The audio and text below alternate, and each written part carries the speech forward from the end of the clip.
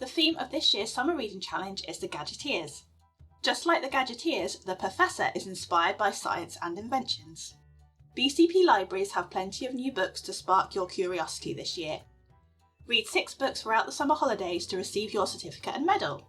We also have lots of activities in our libraries, including crafts. Additionally, you can join the Purr-fessor on our YouTube channel throughout August for some science-based activities.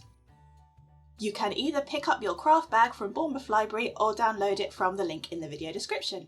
So let's get started on this week's craft.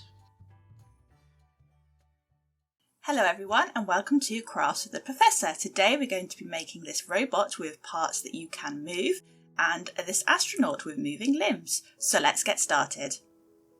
So first of all, we're going to show you how to make this astronaut, and you can print this by clicking the link in the description.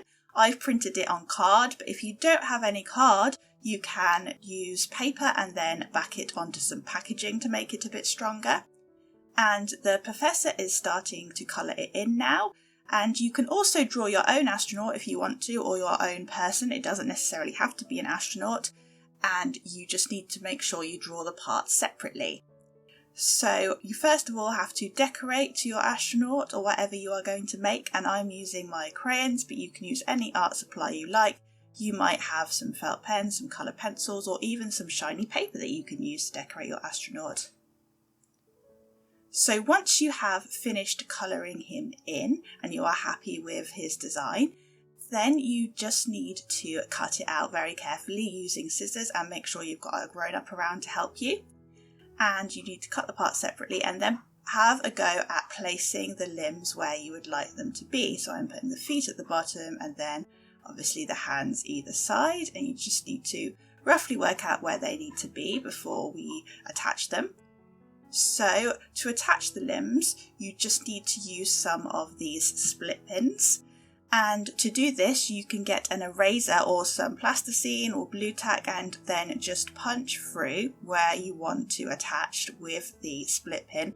And again, you will need an adult to help you maybe. And then once you have put it through the body, then place it through the arm. You can also mark on with a pencil where you want to punch the holes if you'd like, to make it a little bit easier. And then you just attach the arm like this, the split pin, and then put the split pin through the body and then turn him over and split it like this, and then the arm will be able to move. And then you need to do this for all of the limbs like this, and then he will be able to move. So the Purr-fessor's just having a go at moving him.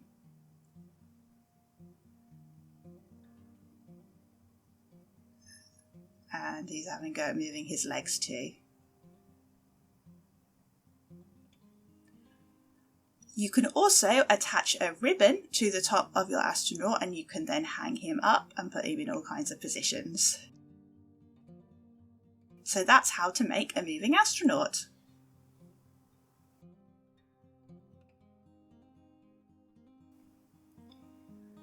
So now we're going to make our mechanical robot, and again you can print this from the description down below.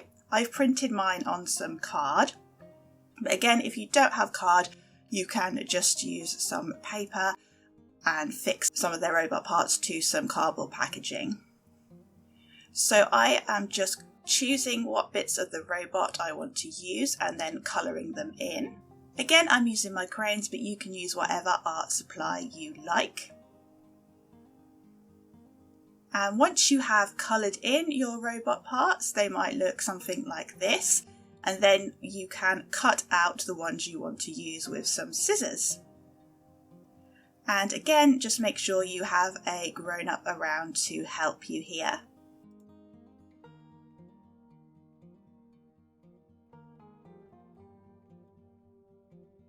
And once you have cut your pieces out, they will look something like this.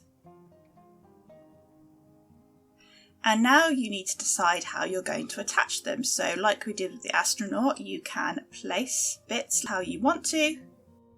And I'm using split pins for the arm and for his wheels. So just the same as we did before, poking it through and then splitting it like this. So there's one arm. And for some of the buttons, I am making a paper spring. So you just need 2 strips of paper like this, and then fold them like this, and just keep folding, and then you can make a strong paper string. I've used a bit of colour paper, but you could just use a bit of scrap paper. That's totally fine. And then once you are done, you just need to use a glue stick to stick it to your robot, and then stick your button or your light or your cog to the spring like this, and then it will act like a button and it will move.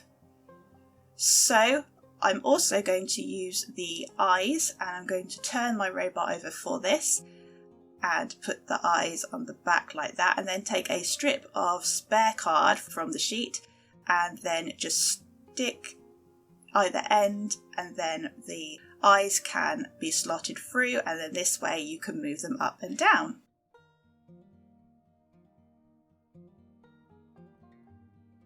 So there we go, that is my finished robot. And as the professor is demonstrating, you can open bits like this. You can use paper springs to press buttons or cogs, and you can also move his arms. So that's all for today's video. Thank you for watching, and we'll see you in the next one.